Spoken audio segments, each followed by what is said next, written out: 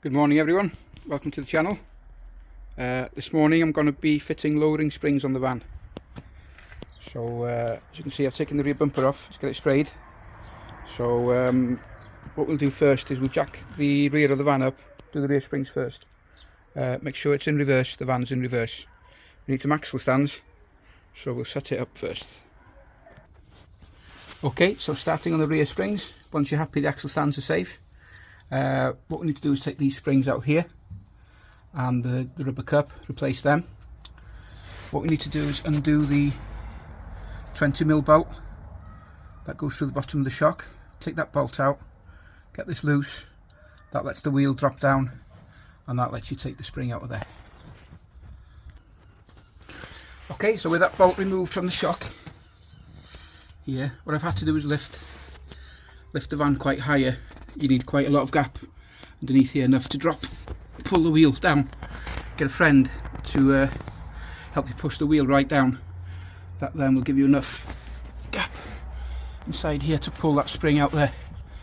Okay, so just get your friend to push the wheel down and then that'll help you then just pop the spring out of there.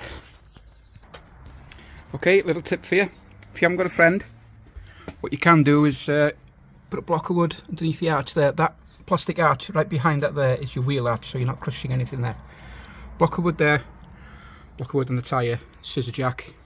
Be sure that the handbrake is on. You don't want this wheel to turn, otherwise that's going to spin and probably damage your wheel arch. Okay, you can do that, wind it down, that will give you plenty of clearance there. And now if you look underneath, there's ample space now for you to take your spring out of there like that. Okay, so it's a good idea as you were doing this here to change the mounts, the top and bottom mounts. This is the bottom mount, this is the new one, this is the old one. As you can see, it's worn completely through, so we're going to be changing that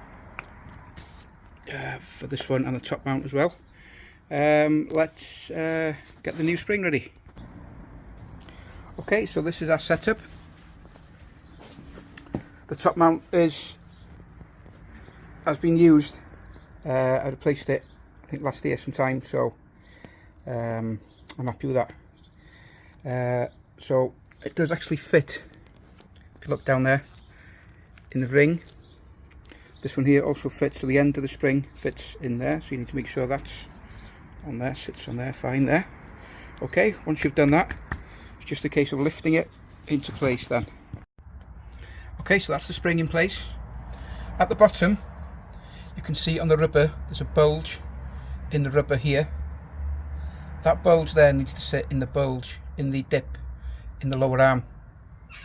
I haven't got much light here, but you can see a dip in there. That bulge needs to sit in there, okay? So once you line that up with that, the top can sit where it wants, it's okay. Once you've done that, I can then take the jack out, let the spring compress, and then what we need to do then is just to help you, what I do is put a jack underneath the arm here, lift it up slightly just so it can connect to this one here. Okay, so as you can see here, we now need to lift the whole arm so it lines up with the shock here. You can see it's about an inch or more out from the stud there. Okay, so what I've done is put a jack underneath the arm here. I'm going to lift that arm up just slightly. So you can see it's going up there. And once you've got it spot on, he says that there will line up and that'll just go straight into the bolt there. Okay, difficult to do with one hand, but there you go, done it. Okay, so that's on there now. Now I can push the bolt through, put the nut on, drop the jack, tighten it up. Okay, that's it for underneath here. I've tightened that up. We're all set to go on this side. Now it's exactly the same for the other side. Okay, as you can see, the rear's been lowered. Looks good. Obviously 20-inch wheels would look better, just to fill those arches a bit more. I will be replacing them for 20s. This is on 40mm lowered springs. I do find that anything more than 40 gives a bit of a rougher ride. Of course, the best way forward would be to go and see like a suspension specialist, somebody like CRS Performance, who would set you up with a really good set of springs and shocks, which make a massive difference. But if you're just doing the springs, then this is how you do it.